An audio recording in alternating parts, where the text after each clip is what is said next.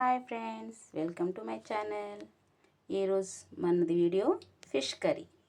మనం చేపల పులుసు చేద్దాం. ఈరోజు ముందర శుభ్రం కడిగి పెట్టుకున్నాను నేను చేపల్ని. అలాగే 4 ఉల్లిపాయలు శుభ్రం చేసి పెట్టుకున్నాను, 4 టమాటాలు, కొన్ని హరిమిర్చి, కొంచెం అల్లం తెల్లగడ్డ పేస్ట్. మొదటగా మనము ఈ 4 ఉల్లిపాయలు టమాటాలు మిక్సీ పట్టుకుందాం వేరువేరుగా. ఉల్లిపాయల పేస్టు, టమాటో పేస్టు రెడీ అయిపోయింది. అలాగే కొంచెం చింతపండు కూడా నానబెట్టేసుకున్నాం. ఇప్పుడు గ్యాస్ ఆన్ చేసి కడాయిలో నూనె పోసుకున్నాను, కొంచెం ఎక్కువ నూనె పోసుకున్నాను. నూనె వేడైన వెంటనే కొంచెం జీలకర్ర, పచ్చిమిర్చి, కరివేపాకు, అల్లం వెల్లుల్లి పేస్ట్, అలాగే ఉల్లిపాయల పేస్ట్.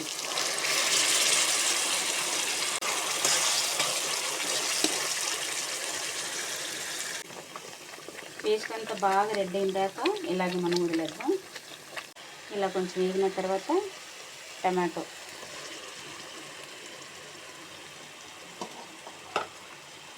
ఇప్పుడు 1 స్పూన్ ఉప్పు, 1/2 స్పూన్ పసుపు, ధనియాల పౌడర్. ఇప్పుడు దీన్ని బాగా మనం కలుపుకొని ఒక 5 నిమిషాలు మూత పెట్టి వదిలేస్తాం. మనం మరో పక్కన 1 టేబుల్ స్పూన్ మెంతులు, 1 స్పూన్ జీలకర్ర, 2 స్పూన్లు ఆవాలు, కొంచెం ధనియాలు, కొంచెం మిరియాలు కూడా, ఇవన్నీ కూడా కొంచెం ఫ్రై చేసుకుందాం.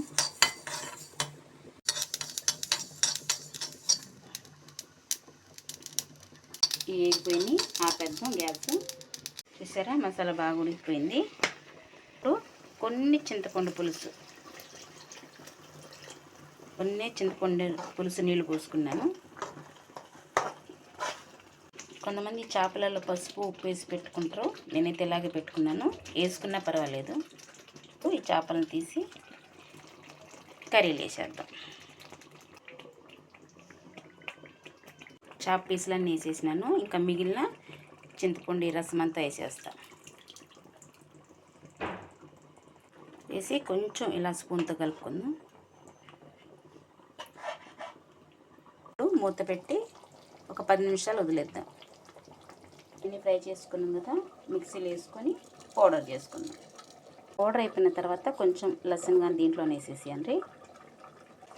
ఎన్ని కానీ బాగా పొడి అయిపోయినాయి. దీన్ని పక్కన పెట్టేసుకుందాం. మన చేపల పులుసు ఎలా ఉందో చూద్దామా. వా, సూపర్ కలర్ వచ్చింది. ఎక్కువ మనం దీన్ని పెద్ద గెంటుతో ఇలా చేయొద్దు. ఒక చిన్న స్పూన్ తీసుకొని పక్కన ఇలా కలపండి, లేకపోతే పీసులు ఇరిగిపోతాయి. ఈ థిక్ కర్రీ వచ్చింది చూసిండ్రా, అందుకే నేను ఎక్కువ ఉల్లిపాయలు ఎక్కువ టమాటాలు తీసుకునింది. ఇప్పుడు దీంట్లో ఉప్పు చెక్ చేసుకుందాం.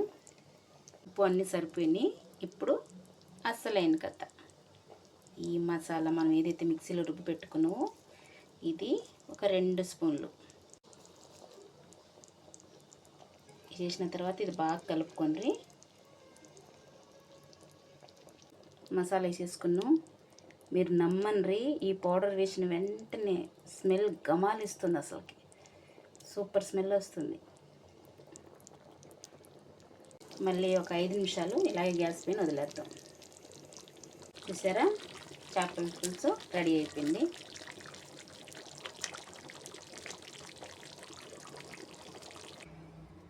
చేపల పులుసు రెడీ. చేపల పులుసు మాకు రాదా అనుకోకుండా ఈ స్టైల్లో కానీ ఒకసారి చేసి చూడండి, తప్పకుండా నచ్చుతుంది. నచ్చినట్లయితే లైక్ చేయండి, సబ్స్క్రైబ్ చేయండి. Thank you.